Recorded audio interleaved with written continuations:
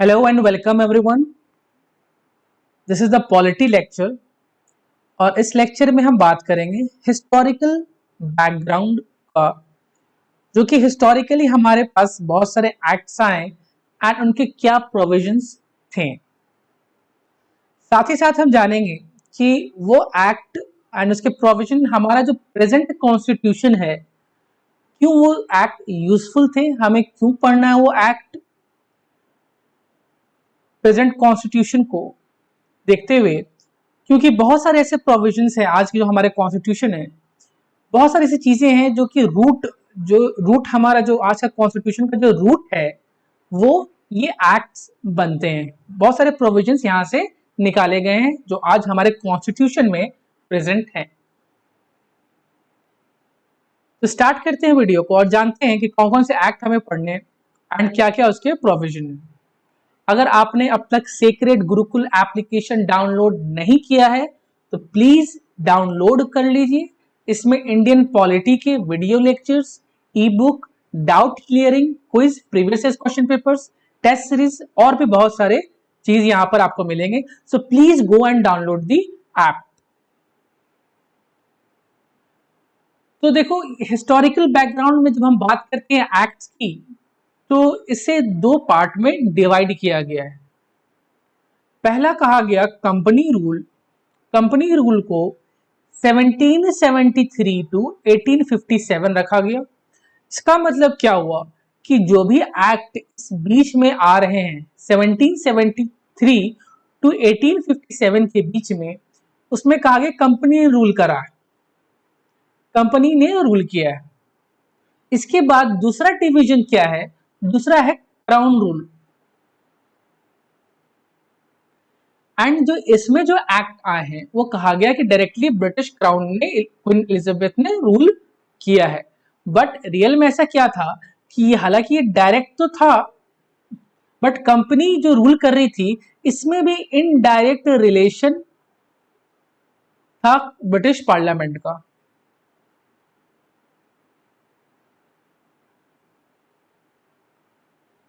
ठीक है, तो 1857 का जो रिवोल्ट हुआ उसके बाद से क्राउन ने कहा कि नहीं, इंडियंस के लोग जो कंपनी से खुश नहीं है, they are not happy with the company, इसलिए अब क्राउन डायरेक्टली लेगा रूल। एंड जो लोग हैं, इंडियन सिटीजन हैं, उनके वेलफेयर के लिए, उनके अच्छाई के लिए वेरियस एक्ट्स पास किए जाएंगे। साथ ही साथ जब ये 1857 का रिवोल्ट होता है तो कहीं ना कहीं ये लगता है कि हाँ, अब हमें एक नया रूलिंग का एक नया वे निकालना चाहिए।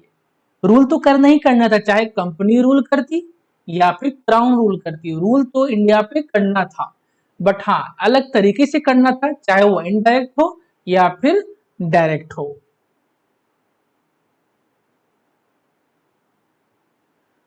तो कंपनी रूल में कौन कौन से एक्ट है देख लेते हैं। पहला है the regulating act of 1773, Pitt's India act of 1784, charter act of 1793, charter act of 1813, charter act of 1833 and charter act of 1853। ये जितने चार्टर एक्ट थे हर 20 साल के लिए पास किए गए थे, 20 इयर्स। ठीक है, 20 इयर्स की, हर 20 इयर्स पे एक नया चार्टर आ जाता था।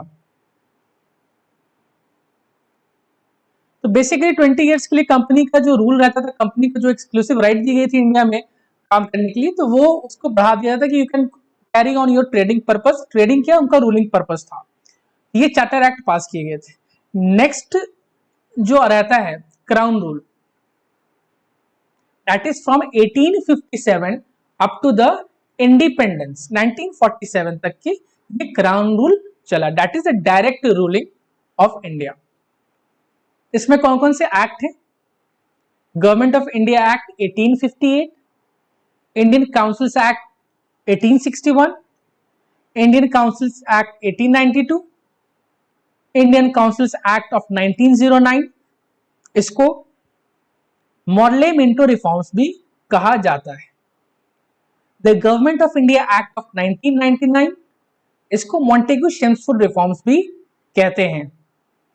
Government of India act 1935 and finally the Indian independence act of 1947, जिसके बाद हमें इंडिपेंडेंस मिल जाती है। तो स्टार्ट करते हैं, एक एक एक्ट को देखते हैं एंड उसके प्रोविजंस को हम पढ़ते हैं।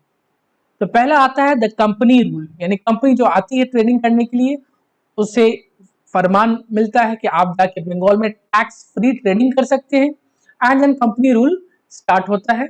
ये कंपनी ऐसी थी, इन्होंने अपनी कंपनी बहुत अच्छी बना ली थी, बट हम इंडियंस की हालत को बर्बाद कर रखा था। अपना भला करते थे एंड बाकी इंडियंस को बुरा करते थे। तो पहला है रेगुलेटिंग एक्ट ऑफ 1773। ये पास किया गया था, क्यों पास किया गया था?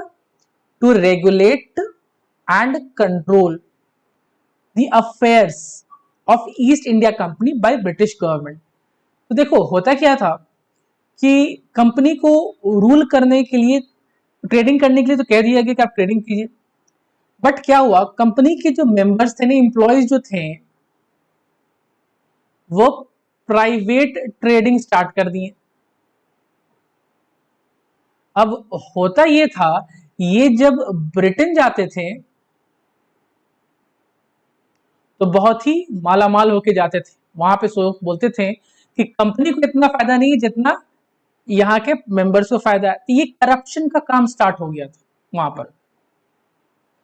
तो ये क्यों आया? रेगुलेट एंड कंट्रोल करने के लिए। रेगुलेट एंड कंट्रोल हम कब करते हैं? जब देखते हैं कोई चीज आउट ऑफ ट्रैक जा रही है, उसका काम ये था बट वो काम कुछ और कर रहा है, तब हम रेगुलेट एंड कंट्रोल करते हैं। तो ये affairs of East India company को रेगुलेट एंड कंट्रोल करने के लिए आया था।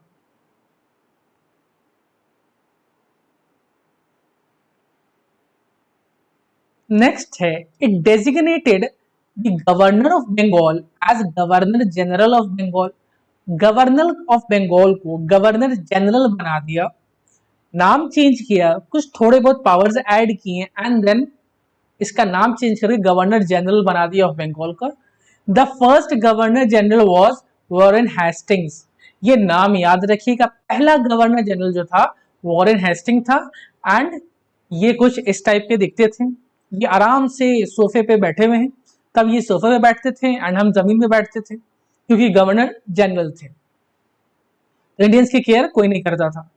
नेक्स्ट क्या आया, इस एक्ट ने सुप्रीम कोर्ट को स्टैब्लिशमेंट किया। कहाँ किया? कैलकाटा में। क्यों किया?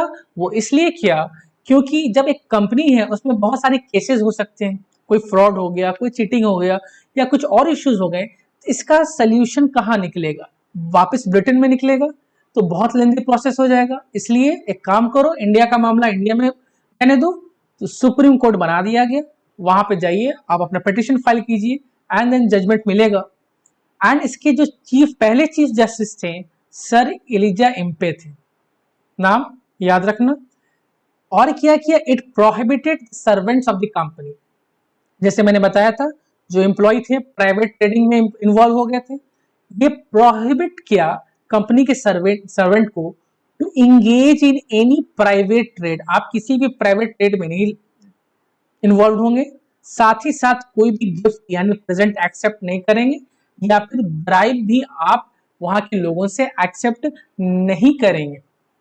ये प्रोविजन थे रेगुलेटरी एक्ट के, क्योंकि प्राइवेट ट्रेडिंग स्टार्ट हो गई थी which was not good for the company. Company को उतना प्रॉफिट नहीं हो रहा था जितना प्राइवेट जो ट्रेडिंग कर रहे थे मेंबर्स उन्हें हो रहा था। नेक्स्ट हमारा आता है पिट्स इंडिया एक्ट ऑफ 1784। इस एक्ट में बोर्ड ऑफ कंट्रोल का बनाया गया, ठीक है, जिसके 6 मेंबर थे। अब देखो कि कोई भी कंपनी होती है तो उसका हेड होता है, उसके हेड कौन होते हैं? डायरेक्टर्स, जो कहते हैं शेयर होल्डर्स हैं या डायरेक्टर्स हैं, जो टॉप मोस्ट लेवल के रहते हैं डायरेक्टर्स होते हैं। ईस्ट इंडिया कंपनी में 24 डायरेक्टर्स हुआ करते थे। ठीक है। अब डायरेक्टर का काम था कंपनी को पूरा देखना, कंपनी के पूरे हेड थे, इसलिए कंपनी का पूरा अफेयर्स देखना इनका काम था, डायरेक्टर का काम था। तो क्या होता है, अब ये एक्ट क्या करता है, कोर्ट ऑफ डायरेक्टर्स, यानी कोर्ट ऑफ डायरेक्टर्स जो ये डायरेक्टर्स हैं इनको देता है कि आप कमर्शियल अफेयर्स, यानी कमर्शियल अफेयर्स मतलब जो ट्रेडिंग अफेयर्स है उसको देखें। एंड बोर्ड ऑफ कंट्रोल को कहता है कि आप गाइड एंड सुपरवाइज कीजिए political affairs of the company. देखो 1784 आते आते ये जान गए थे कि ये पॉलिटिकली भी कंपनी एक्टिव हो गई है एंड कमर्शियल तो काम कर ही रही है, दैट इज लूटना, पॉलिटिकली दैट इज रूल करना। ठीक है, तो बोर्ड ऑफ कंट्रोल ये स्टैब्लिशमेंट किया, सेपरेट कर दिया सबका अपना अपना फंक्शन। कोर्ट ऑफ डायरेक्टर को कहा कि आप सिर्फ और सिर्फ कमर्शियल अफेयर्स देखेंगे, एंड बोर्ड ऑफ कंट्रोल जो बॉडी बनाई इसको कहा कि आपका काम है पॉलिटिकल अफेयर्स देखना। ठीक है, इस तरह से ये double form of government introduce कर दिया गया था, ये याद रखिएगा।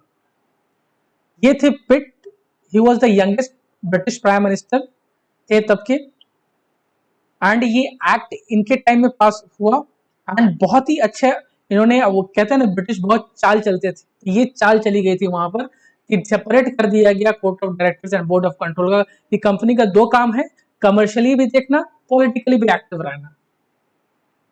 नेक्स्ट हम आते हैं चार्टर एक्ट ऑफ 1793। ये जैसे मैंने बताया चार्टर एक्ट हर 20 साल के लिए इसका एक्सक्लूसिव प्रिविलेज, मतलब सिर्फ और सिर्फ मोनोपोली थी इसकी ईस्ट इंडिया कंपनी की ट्रेडिंग करने की, 20 साल के लिए बढ़ा देता है। फिर all laws relating to the rights of persons should be printed in Indian languages. It laid the foundation of governance based on written laws. साथ साथ ये फाउंडेशन बना कि जो भी आज हमारे पास क्या है, फंडामेंटल राइट्स है, तो राइट्स ऑफ पर्सन तब आए थे, उसको क्या क्या इंडियन लैंग्वेजेस में बताया गया। क्यों बताया गया, ताकि यहाँ के लोग समझ सकें, इंग्लिश तो आती नहीं थी, तब ये समझ सकें तो और क्या होगा कि कहीं ना कहीं इन्हें लगे कि कंपनी जो है वो हमारे भले के लिए, अच्छे अच्छे के लिए, बट इन रियलिटी ऐसा था नहीं। तो लॉ को रिटन फॉर्म में रखने का ये चार्टर एक्ट ऑफ 1793 में स्टार्ट हुआ। एंड रेगुलेशंस आए इस टाइप से, बहुत लंबे लंबे बुक सिस्टम हुआ करते थे, इंटरनेट का टाइम तो था नहीं। फिर क्या हुआ, सैलरीज जो हमारे स्टाफ एंड मेंबर्स थे इंडियन गवर्नमेंट के, ब्रिटिश ईस्ट इंडिया कंपनी को, उनको सैलरीज इंडियन रेवेन्यू से दिया जाएगा। वो सैलरी इधर उधर से, यानी ब्रिटिश जो ट्रेजरी थी वहां से नहीं आएगी, इंडियन से जो कमाई होगी वो आएगी। तो कहीं ना कहीं और लूट का कॉन्सेप्ट स्टार्ट हो गया था यहाँ पर कि और लूट मारी, क्योंकि देखो जब ब्रिटिश अपना रेडी नहीं होंगे देने के लिए सैलरी अपने ट्रेजर से, तो क्या होगा, इंडियन रेवेन्यू को बढ़ाना पड़ेगा तभी आप सबकी सैलरी दे पाएंगे। इसलिए यहाँ पर ये एक लूट का फिर एक नया कॉन्सेप्ट आया कि आप आइए और इंडिया को जिस तरह से लूटना है लूट सकते हैं। नेक्स्ट आता है चार्टर एक्ट ऑफ 1813। ये फिर अगले 20 साल के लिए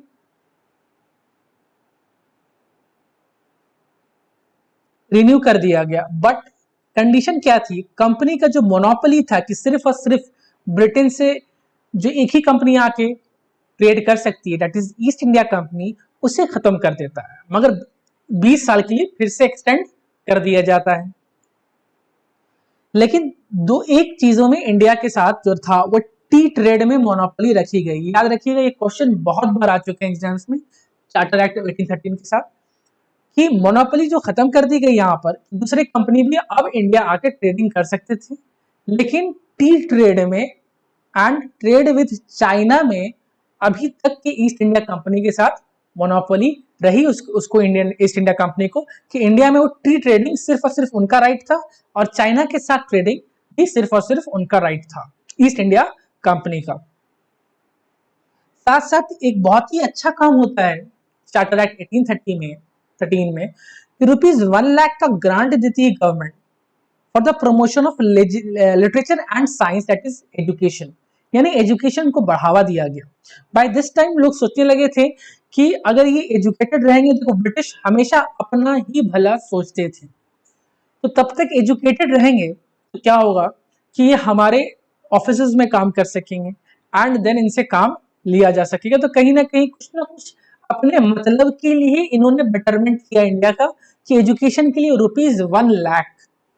ये कब का 1 लाख था? उस टाइम का 1 लाख बहुत ज्यादा था। नेक्स्ट एक्ट आता है चार्टर एक्ट ऑफ 1833। अब देखो यहां से सेंट्रलाइजेशन स्टार्ट हो गया, ठीक है ना। क्या सेंट्रलाइजेशन का मतलब क्या हुआ कि कोई एक ही आदमी रहेगा and that person will be one man army जिसे कहते हैं। सारे पावर उसके पास ही रहेंगे, सारे के सारे, एंड उसके अकॉर्डिंग ही सारे के सारे बाकी पूरे जो गवर्नमेंट है that is British East India company है उसके अकॉर्डिंग ही चलेंगे। तो क्या होता है, the governor general of Bengal was to be the governor general of India. फिर नाम चेंज कर दिया गया, पावर बढ़ाया जा रहा है तो नाम भी चेंज किया जा रहा है। तो पहला गवर्नर जनरल कौन थे? Lord William Bentinck. नाम याद रखिएगा, रिपीटेड क्वेश्चंस में ऐसे ये है, बार बार रिपीट किए जाते हैं। And this act created for the first time a government of India having authority over the entire area possessed by the British in India. अब तक मैंने बताया किस तरह से इनडायरेक्ट रूलिंग चल रही थी कंपनी के थ्रू। साथ ही साथ ये पहला ऐसा एक्ट था 1833 का जो कि गवर्नमेंट ऑफ इंडिया यानी कि एक सेंट्रल बॉडी बनाया जो कि पूरे ब्रिटिश इंडिया को कंट्रोल करेगा। तो पहले गवर्नर जनरल ऑफ इंडिया कौन बनते हैं? वो बनते हैं लॉर्ड विलियम बेंटिक। नाम याद रहेगा, Warren Hastings, Lord William Bentinck, ये सब नाम याद रहना चाहिए। ये हमारे लॉर्ड विलियम बेंटिक थे, बहुत ही हैंडसम पर्सन दिख रहे हैं इसमें, बट अगेन इनका काम ऐसा था कि इंडिया को अगेन रूल कराना, लूटना। पर्पज ही था सिर्फ और सिर्फ ब्रिटिश का पर्पज ही था अपना भला हो जाए किसी भी तरह से। तो जब सेंट्रलाइजेशन ऑफ पावर होगा तो क्या होगा? Governor of Bombay and Madras को लेजिस्लेटिव पावर से डिप्राइव कर दिया गया। कहा गया कि नहीं, अब आप लॉ नहीं बना सकते हैं, अब आपके पास लॉ बनाने की पावर खत्म हो गई। पहले था governor of Bombay and Madras के पास लॉ बनाने की पावर थी कि वो अपना लॉ उस प्रेसिडेंसी के लिए अपना लॉ बना सकते थे उस एरिया के लिए। बट सारा जब power governor general of India that is William Bentinck को दिया जा रहा है तो बाकी के गवर्नर से लेजिस्लेटिव पावर छीन लिया गया। The Governor General of India was given exclusive legislative, civil and military powers for the entire British India। सारे ब्रिटिश इंडिया के लिए सारे जो पावर थे यानी पूरे इंडिया के लिए जहां जहां इनका कंट्रोल था, कंट्रोल तो पूरे इंडिया में था बट दो तरीके से कंट्रोल था। एक तो कुछ एरिया इनके पास अपने थे, दूसरे एरिया को कहते हैं प्रिंसली स्टेट्स।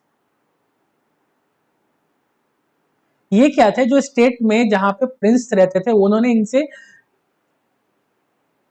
टाई अप कर लिया था कि हम आपसे टाई अप कर लेते हैं, हम आपको इतना टैक्सेस देंगे, ये देंगे, बट हमें वो जो हेरिडेटरी हेड होता है, हम राजा के बेटे हैं, देन महाराजा के बेटे हैं, देन मेरा बेटा, देन उसका बेटा, ये जो प्रथा चलती आती है ये कंटिन्यू रहेगी। इसलिए दो टाइप ऑफ उस टाइम जो स्टेट्स थे हमारे पास, दो टाइप्स ऑफ स्टेट्स थे।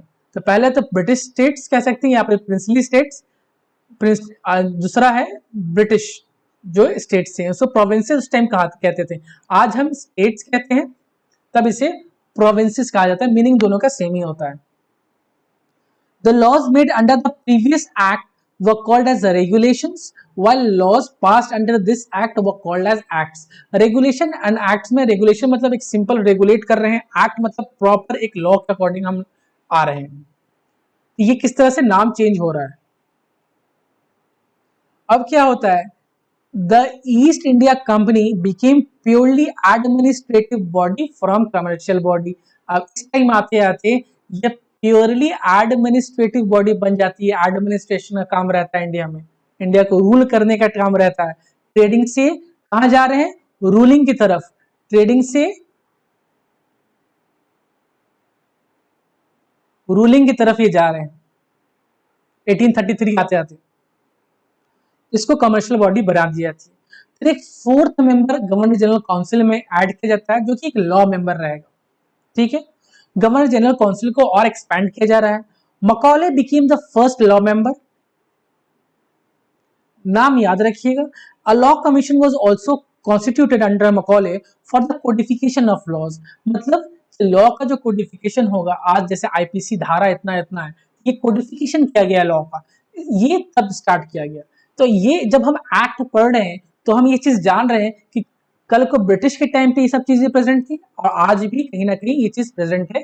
इसलिए प्रेजेंट है हमारे कॉन्स्टिट्यूशन में, कहीं ना कहीं वो चीज से हम यूज टू थे, इसलिए ये प्रेजेंट है। ये रूट जो बना है, सारे एक्ट्स बने हैं रूट्स हमारे।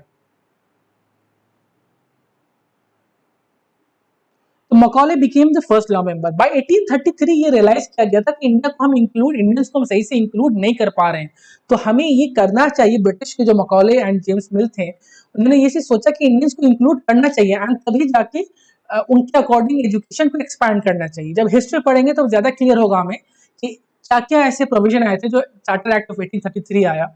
अभी के लिए बस इतना समझ लीजिए कि ब्रिटिश को रियलाइज हुआ था कि यहाँ पर एजुकेशन सिस्टम को इम्प्रूव करना चाहिए एंड इंडियंस को और इंक्लूड करना चाहिए, बेटर रूलिंग करनी चाहिए इंडिया में। नेक्स्ट आता है चार्टर एक्ट ऑफ 1853, जो कि ये लास्ट एक्ट है कंपनी रूल का।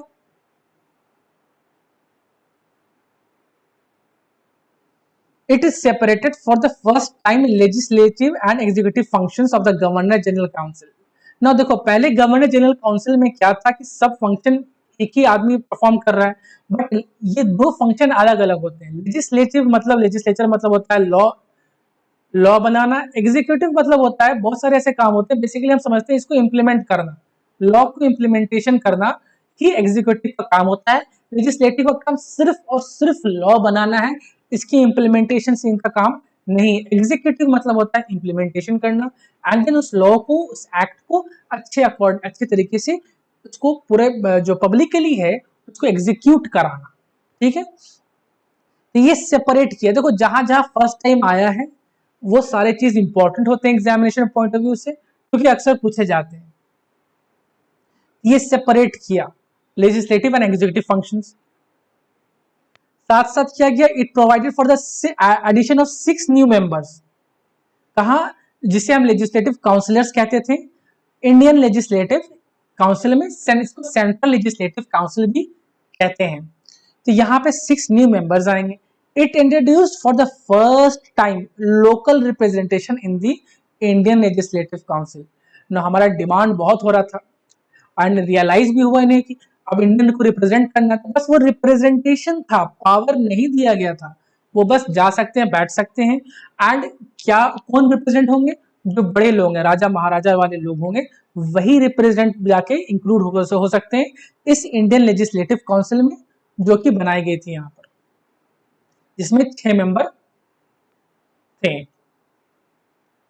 The legislation for the first time treated as a special function of the government, यानी लॉ मेकिंग पहली बार 1853 में लॉ मेकिंग को एक स्पेशल फंक्शन समझा गया। पहले बस आ गए, एग्जीक्यूट कर गए according to the situation, but इस पे ध्यान नहीं दिया जा रहा था।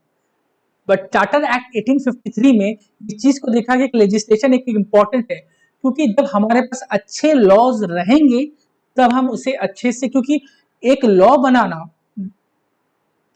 एक जो हम लॉज बना रहे हैं सिर्फ और सिर्फ अपने मतलब के लिए, एक लॉ होता है जहां पर हम सिटीजन्स को इंक्लूड करते हैं, उनके वेलफेयर के लिए करते हैं, सिर्फ और सिर्फ सिटीजन्स के लिए, अपना मतलब नहीं होता।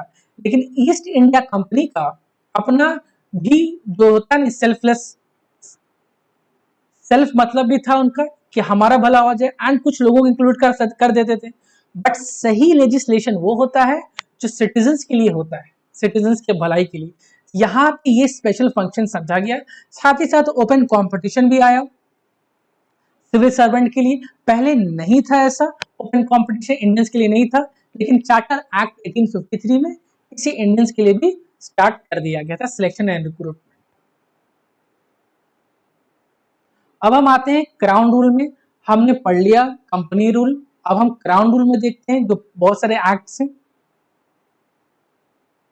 ये हमारी क्वीन एलिजाबेथ कह सकते हैं इसे, जो कि अब कहेंगे कि नहीं अब हमें डायरेक्ट रूल करना है, अब तक कंपनी रूल कर रही थी, इनडायरेक्टली ये थी, लेकिन अब आ जाएगा, कहेंगे नहीं डायरेक्ट रूल करना है। तो सबसे पहले इसमें जो एक्ट आता है government of India act of 1858। 1857 का रिवोल्ट होता है, ठीक है। अब 1857 में जो रिवोल्ट होता है, तो वो रिवोल्ट एक कहीं ना कहीं ब्रिटिश साम्राज्य को हिला देता है, ब्रिटिश को, वहां पर पूरा आर्मी को, क्योंकि कह सकते हैं फर्स्ट टाइम इंडिया यूनाइट हुए थे अगेंस्ट द ब्रिटिश। हालांकि बहुत ही स्मॉल लेवल पे था, अगर हम पूरे इंडिया कंपेयर करें तो बहुत ही एक छोटे लेवल पे रिवोल्ट हुआ था, लेकिन हिला दिया था नॉर्थ इंडियंस में, स्पेशली नॉर्थ इंडिया में एक यूनिटी बन गई थी रिवोल्ट में। तो अब जब ये बात हुआ, रिवोल्ट हुआ, लेकिन जीते तो ब्रिटिश, ब्रिटिश को जीतना था, तब उन्हें रियलाइज हुआ कि इंडियंस हैप्पी नहीं है, कुछ फॉर्म ऑफ रूलिंग हमें चेंज करना चाहिए।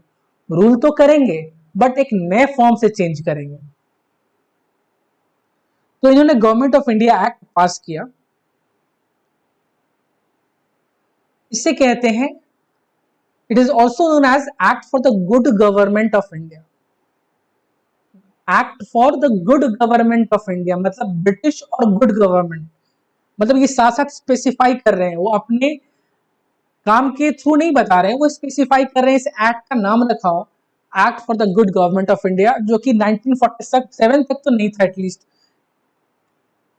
उसके बाद क्या होता है, जो पावर है, जैसे मैंने बताया कि अब डायरेक्ट रूलिंग होगी, कंपनी से ब्रिटिश क्राउन के पास पावर को ट्रांसफर कर दिया जाता है। The power was transferred from the company to the British crown, क्योंकि कंपनी ने गलत तरीके से रूल किया, क्राउन आई है, क्वीन का रूलिंग होगी तो ज्यादा अच्छे तरीके से करेंगे, लेकिन ऐसा डायरेक्टली में होता नहीं। देखो पिट्स इंडिया एक्ट में बॉडी बनाई गई थी बोर्ड ऑफ कंट्रोल की, ये अबॉलिश कर दिया डुअल फॉर्म ऑफ गवर्नमेंट को। ये एक्ट आया, अबॉलिश कर दिया, क्योंकि इसका काम क्या था, कोर्ट ऑफ डायरेक्टर्स का कमर्शियल अफेयर्स चेक करना, बोर्ड ऑफ कंट्रोल का था पॉलिटिकल अफेयर्स। तो कहीं ना कहीं हम इनडायरेक्ट रूलिंग चल रही थी, अब चूंकि डायरेक्ट रूलिंग आ गई है तो इसे हम अबॉलिश करेंगे एंड हम डायरेक्ट रूल करेंगे। एक नया पोस्ट बना दिया गया। पहले हमने देखा कि governor general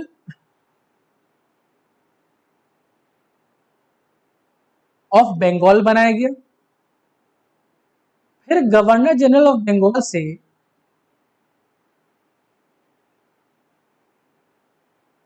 governor general of India, ठीक है। एंड देन हम यहां देखेंगे इसका फिर नाम चेंज हो जाएगा वाइसरॉय, ठीक है। एंड इनके साथ एक सेक्रेटरी ऑफ स्टेट अटैच कर दिए जाएंगे,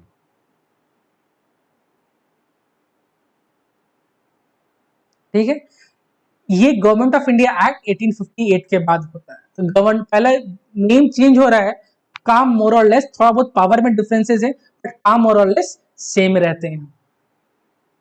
गवर्नर को governor general of Bengal, and then governor general of Bengal to governor general of India, and then to viceroy. Viceroy के साथ एक सेक्रेटरी ऑफ स्टेट अटैच कर दिया जाता है। क्यों अटैच किया जाता है, क्योंकि up to this governor general of India तक के कंपनी रूल कर रही थी, उसके बाद से एक डायरेक्ट कोई आदमी होना चाहिए था ब्रिटिश पार्लियामेंट से, जो कि सेक्रेटरी ऑफ स्टेट कहलाएगा, जो कि वायसराय को असिस्ट करेगा। वायसराय इसको रिपोर्ट करेंगे एंड देन ये जाकर ये आंसरेबल थे ब्रिटिश पार्लियामेंट में।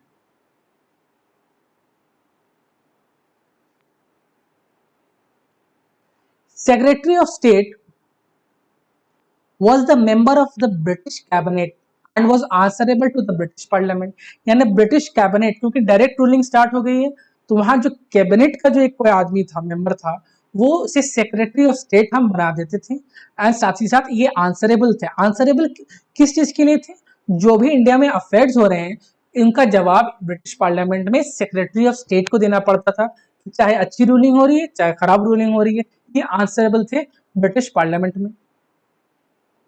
The governor general was made the viceroy of India, जैसे मैंने बताया गवर्नर जनरल ऑफ इंडिया को वाइसरॉय दे दिया जाता है।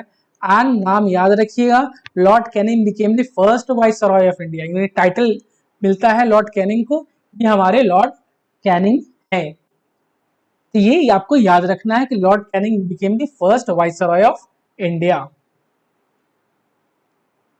साथ ही साथ यूनिटरी, अब देखो कहीं ना कहीं जब हम देख रहे हैं वाइसरॉय कंपनी का रूल खत्म हो गया है, डायरेक्ट रूलिंग आ गई है, तो क्या होता है, unitary rigid and centralise administrative structure was created. Unitary था, रिजिड था एंड सेंट्रलाइज था, डिवीजन ऑफ पावर्स कम हो रहे थे, ठीक है, वायसराय के के पास ज्यादा पावर आ गए थे, and then secretary of state दोनों एक दूसरे को असिस्ट करते थे रूलिंग में।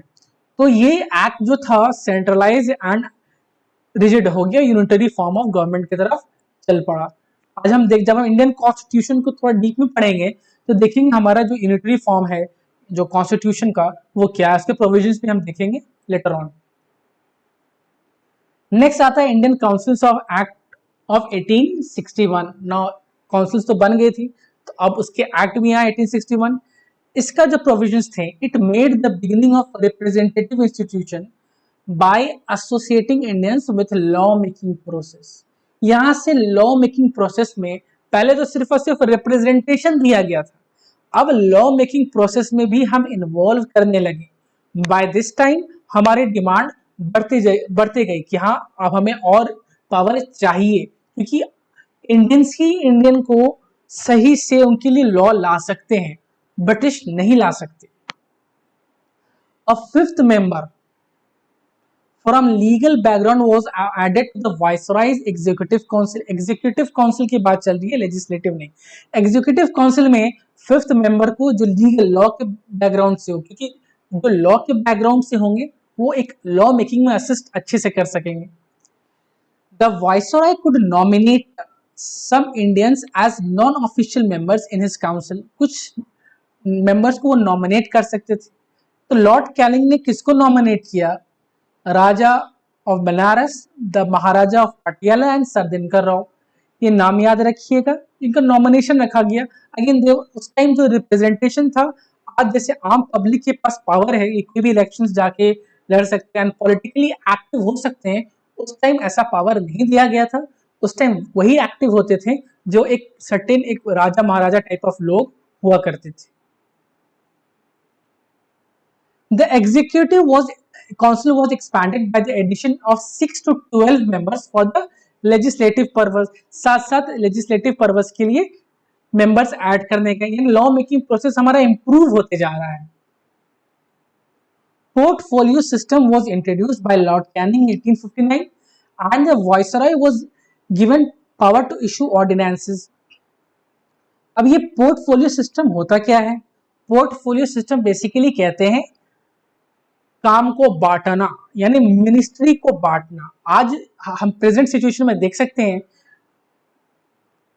हमारे प्राइम मिनिस्टर के पास कुछ अलग रिस्पॉन्सिबिलिटीज होती है, होम मिनिस्टर के पास कुछ अलग रिस्पॉन्सिबिलिटीज होती है, डिफेंस के पास कुछ अलग, इसी तरह से आईटी के पास अलग, हेल्थ एंड एजुकेशन के पास अलग मिनिस्ट्री, सब अलग अलग मिनिस्ट्री बनाई गई है। तो ये क्या हो, काम बांटे। इस काम बांटने को, इस मिनिस्ट्री बांटने को हम कहते हैं पोर्टफोलियो सिस्टम, याद रखिएगा। साथ साथ ऑर्डिनेंस क्या है? ऑर्डिनेंस मतलब ये सेम होता है एक लॉ के जैसा, ठीक है। जब हम कोई लॉ बनाते हैं वो, लेकिन लॉ कौन बनाती है? कोई काउंसिल बनाएगी। इस केस में वाइसरॉय के काउंसिल थी, लेजिस्लेटिव काउंसिल जो हमने बना रखे थी, वो काउंसिल बनाएगी। बट अभी क्या हमारी पार्लियामेंट बनाती है। जब ये काउंसिल फंक्शंस में नहीं रहती है, जब किसी वजह से हमारे जो पार्लियामेंट है सेशन में नहीं है एंड लॉ बनाने की जरूरत है उस टाइम, तो वो कौन लॉ बनाएगा? हमारे अभी के सिचुएशन में प्रेसिडेंट बनाते हैं, तब के सिचुएशन में वाइसरॉय बनाते थे, एंड उस लॉ को हम ऑर्डिनेंस कहते हैं। जब ये दोनों सेशन में नहीं हो, पार्लियामेंट सेशन में नहीं हो, तब ये काउंसिल जब वर्क नहीं करे, सेशन नहीं हो, तो वाइसरॉय के पास पावर थी कि आप लॉ डायरेक्टली खुद से विदाउट कंसल्टिंग एनीबॉडी आप ला सकते हैं। ऑर्डिनेंस मेकिंग पावर थी। एंड प्रेसिडेंट के पास भी हमारे पावर है लॉ मेकिंग का कि आप भी लॉ ऑर्डिनेंस लॉ ला सकते हैं, एंड उस लॉ को हम ऑर्डिनेंस कहते हैं।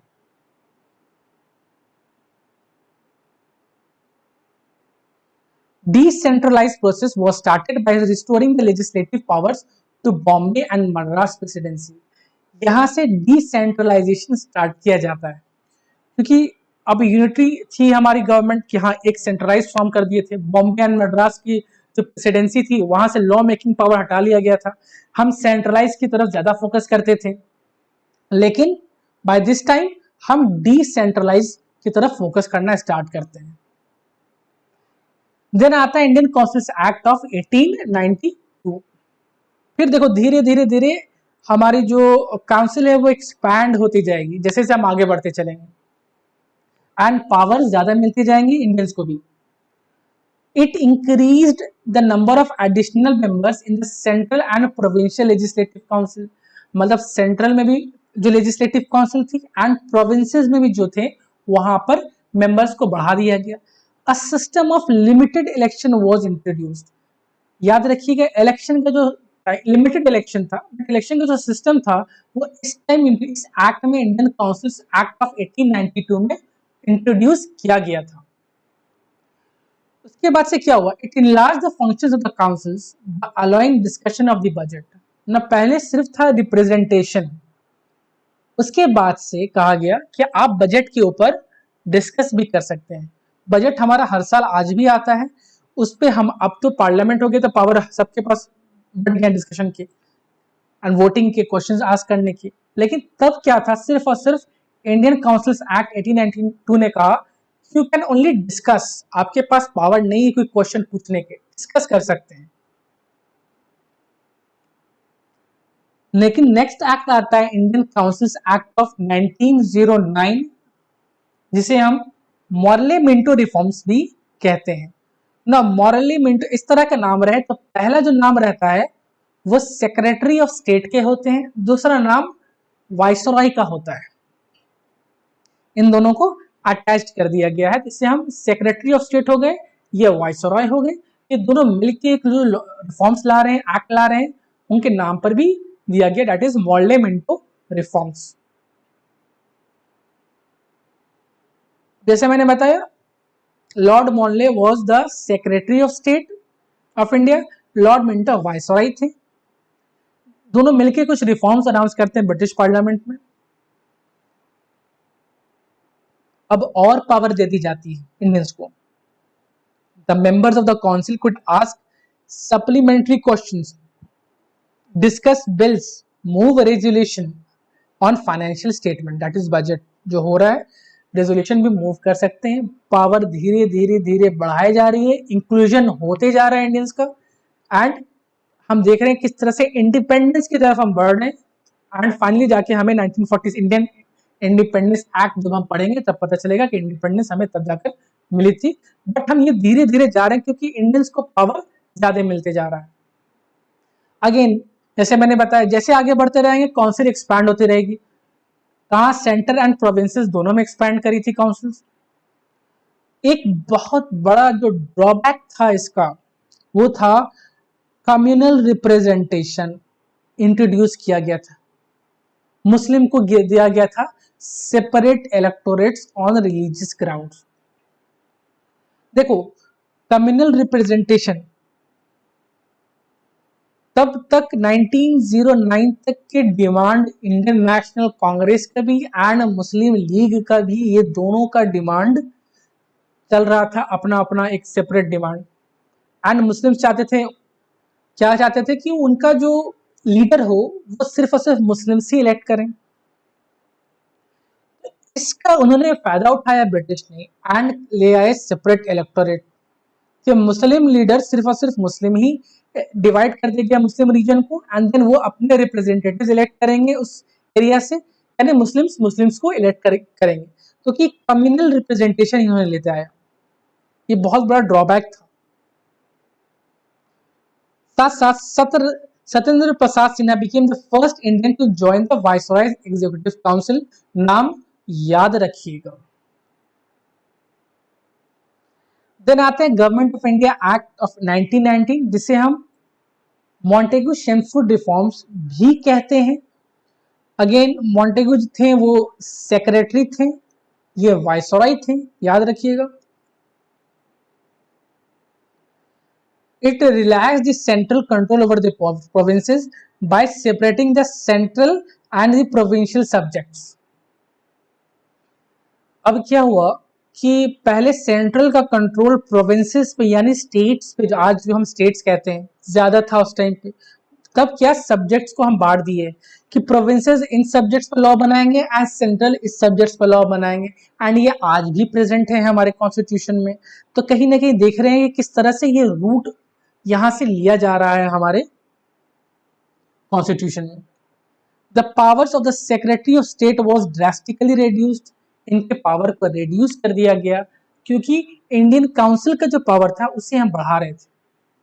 It required 3 of 6 members of the Viceroy Executive Council were to be Indian। जैसे मैंने बताया इंडियन रिप्रेजेंटेशन बढ़ते जा रहा है, तो उनके लिए कुछ ना कुछ धीरे धीरे ये जो ब्रिटिश हैं ये बहुत सारे जो बेनिफिट्स है वो लाते जा रहे हैं। देन देखेंगे direct elections were introduce for the first time. देखो फर्स्ट टाइम जहां जहां है वो बहुत इंपॉर्टेंट हो जाता है। तो डायरेक्ट इलेक्शंस को इंट्रोड्यूस किया गया government of India act 1919, that is मॉन्टेगो census reforms में। The central legislature was to have bicameral legislature for the first time in the country। फिर से फर्स्ट टाइम आ गया है, तो याद कर लेना बाइकेमरल किसे कहते हैं। आज हम देखते हैं लोकसभा एंड राज्यसभा है, ये दो जो बॉडी है इससे हम कहते हैं बाइकेमरल लेजिस्लेचर।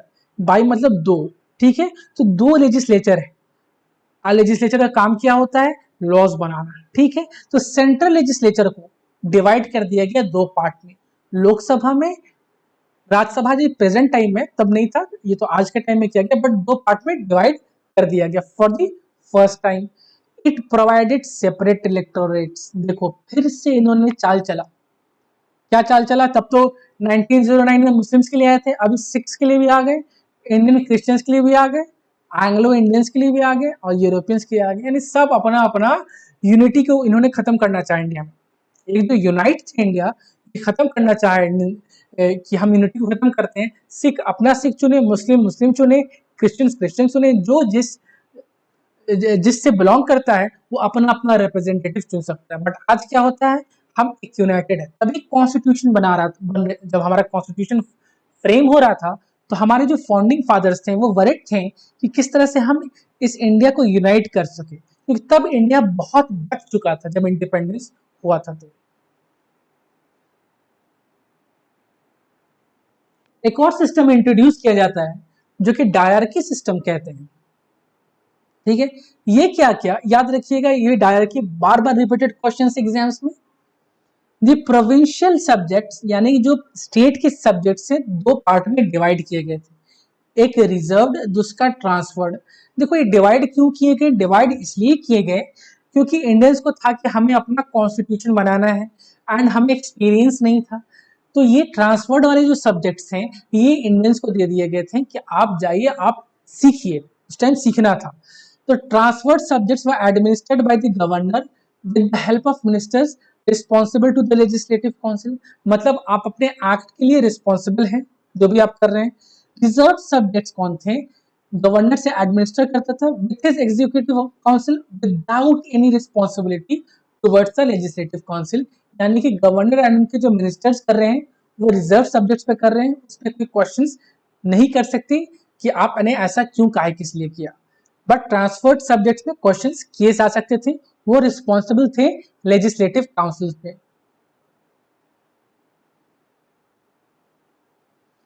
इसके बाद जब 1919 का मॉन्टेगू सिम्प्सन रिफॉर्म आता है तो साइमन कमीशन भेजा जाता है, ब्रिटिश ने भेजते हैं कि चलो अब देखो ये इंडियन जो है इंडियन कॉन्स्टिट्यूशन का डिमांड कर रहे हैं कि हम अपना कॉन्स्टिट्यूशन खुद बनाएंगे, बट देखते हैं ये क्या ये उस लायक है भी या नहीं।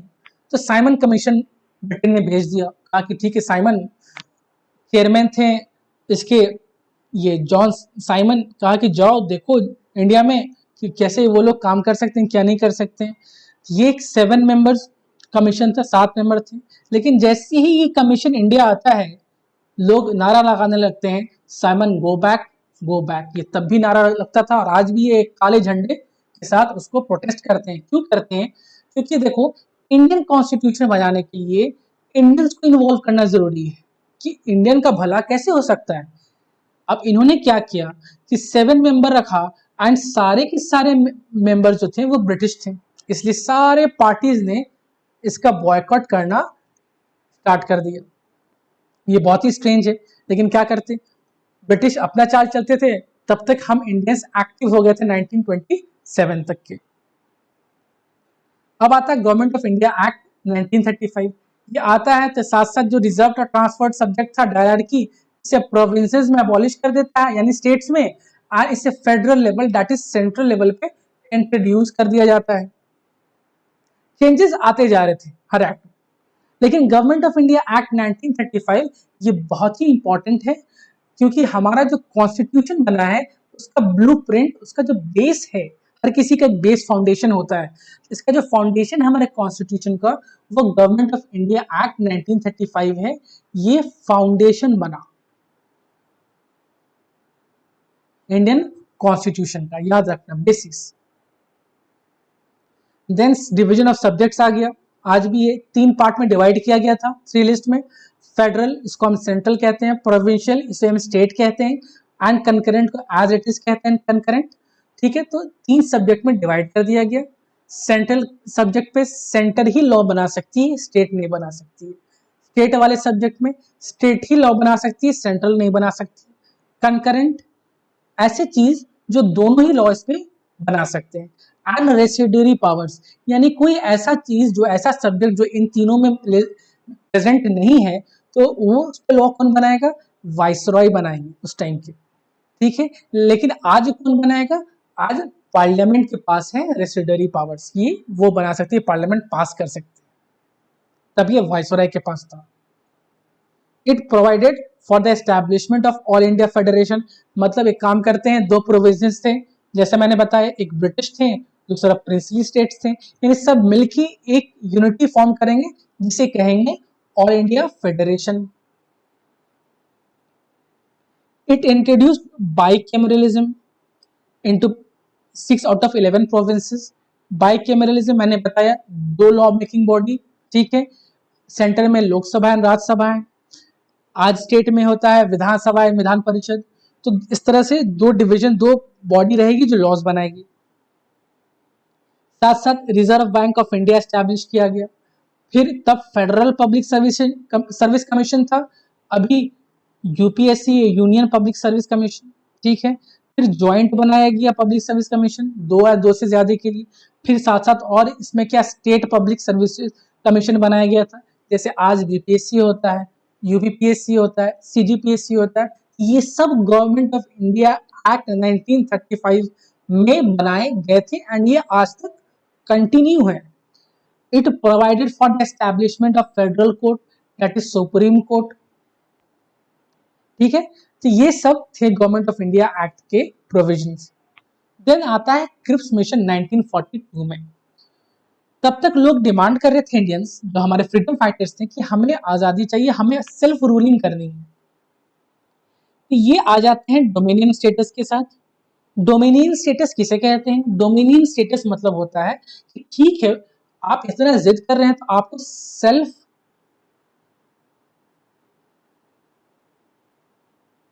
गवर्निंग हम दे देते हैं, आप अपने से खुद का अपना लॉ बनाएंगे, लेकिन किसके अंडर रहेंगे, ब्रिटिश मोनार्क के अंडर।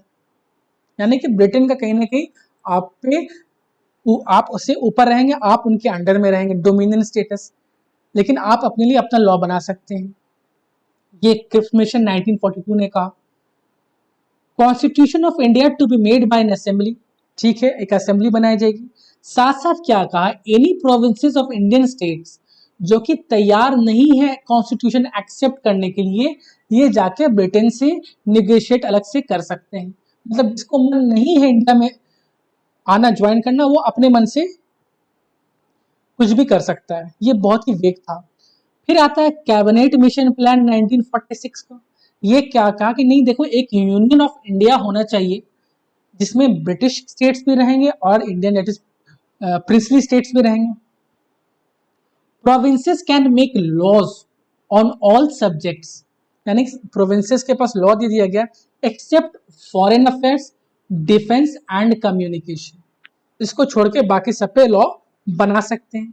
सब फिर 3 ग्रुपिंग कर दी गई, 3 groups of provinces. A, B and C. ये ग्रुपिंग याद किया रखिएगा कि ग्रुपिंग कहाँ हुआ था, तो वो कैबिनेट मिशन प्लान में हुआ था। फिर इसने कहा एक बहुत ही इंपॉर्टेंट प्रोविजन कि constitution should be framed bye a constituent assembly. तो ये जो असेंबली बनाई गई थी एक कैबिनेट मिशन प्लान के ही कहने पर एक असेंबली का फॉर्मेशन हुआ था, जिन्होंने हमारा कॉन्स्टिट्यूशन बनाया था, जहां पे सारे मेंबर्स मिलके कॉन्स्टिट्यूशन बनाए थे।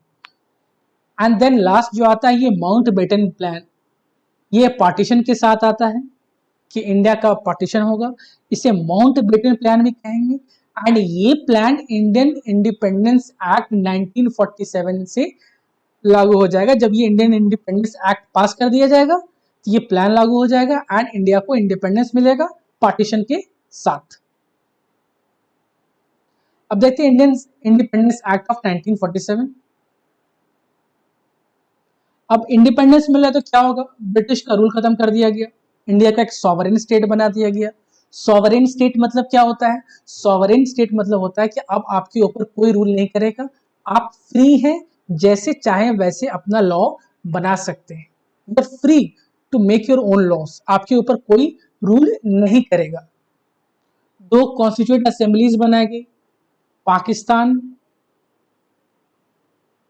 एंड इंडिया, ठीक है।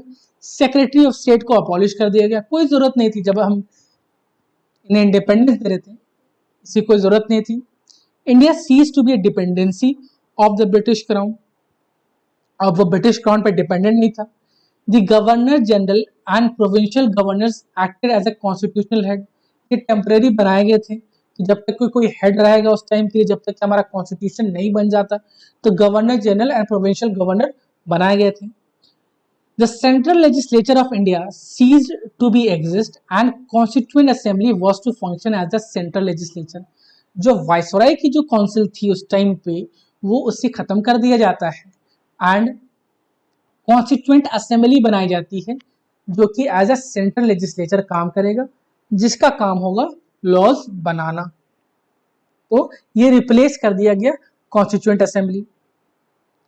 अब बनता है इंटरिम गवर्नमेंट यानी temporary government of 1946।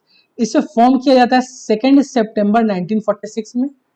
It transferred the power from the British to India, ठीक है। अब देखो ब्रिटिश के पास पावर थे तो अब कहीं ना कहीं ट्रांसफर करना था, तो टेम्पररी गवर्नमेंट बनाया गया एंड उसके जो कैबिनेट मिनिस्टर्स थे एंड उनके जो पोर्टफोलियोज यानी मिनिस्ट्री जो है वो हेल्ड करते थे, वो ये थे। लिस्ट के नाम एक बार देख जाना, इसे कहेंगे इंटरिम कैबिनेट, ठीक है।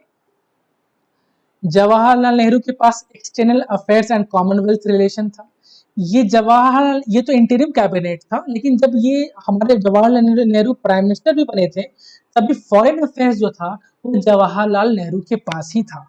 सरदार Vallabh Bhai Patel home information and broadcasting, doctor Rajendra Prasad food and agriculture ministry थी, doctor John Mathai industries and supplies, Jag Jivan Ram labour, Sardar Baldev Singh defence, C H Bhabha works mines and power, Liaquat Ali Khan finance, Abdul नबरिश्तर post and air, Asaf Ali railways and transport, C Raja Gopalachari education and arts, Ghazanfar Ali Khan health, Jogendra Nath Mandal law, Chundrigar commerce. ये सब ministries बनाई गई कि temporary हम power ले सके, टेम्पररी जो हम गवर्नमेंट बना रहे हैं पोर्टफोलियोज हेल्ड कर सकते हैं, ब्रिटिश से इंडिया में हम ट्रांसफर कर सके पावर को। एंड ये सारे अलग अलग पोर्टफोलियोज किए गए तब तक जब तक कि एक फ्रेश जनरल इलेक्शंस 1951 में या 52 में हेल्ड नहीं होता है, तब तक के लिए ये सारे मिनिस्ट्री इनके पास थी। लेटर ऑन कॉन्स्टिट्यूएंट असेंबली भी बनाई जाती है, वहां पर भी हम देखेंगे कि किस तरह से जब कॉन्स्टिट्यूएंट असेंबली पढ़ेंगे उसके भी प्रेसिडेंट एंड वाइस प्रेसिडेंट रहते हैं कॉन्स्टिट्यूएंट असेंबली के, और उस असेंबली का काम होता है कि कॉन्स्टिट्यूशन बनाना। तो कैबिनेट मिशन से कॉन्स्टिट्यूएंट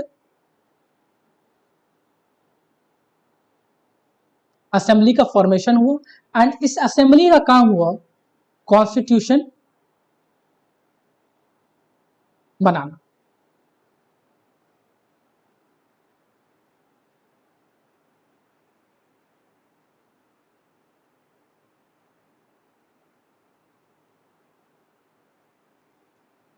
अब नेक्स्ट लेक्चर में हम देखेंगे कि किस तरह से कॉन्स्टिट्यूशन हमारा बना।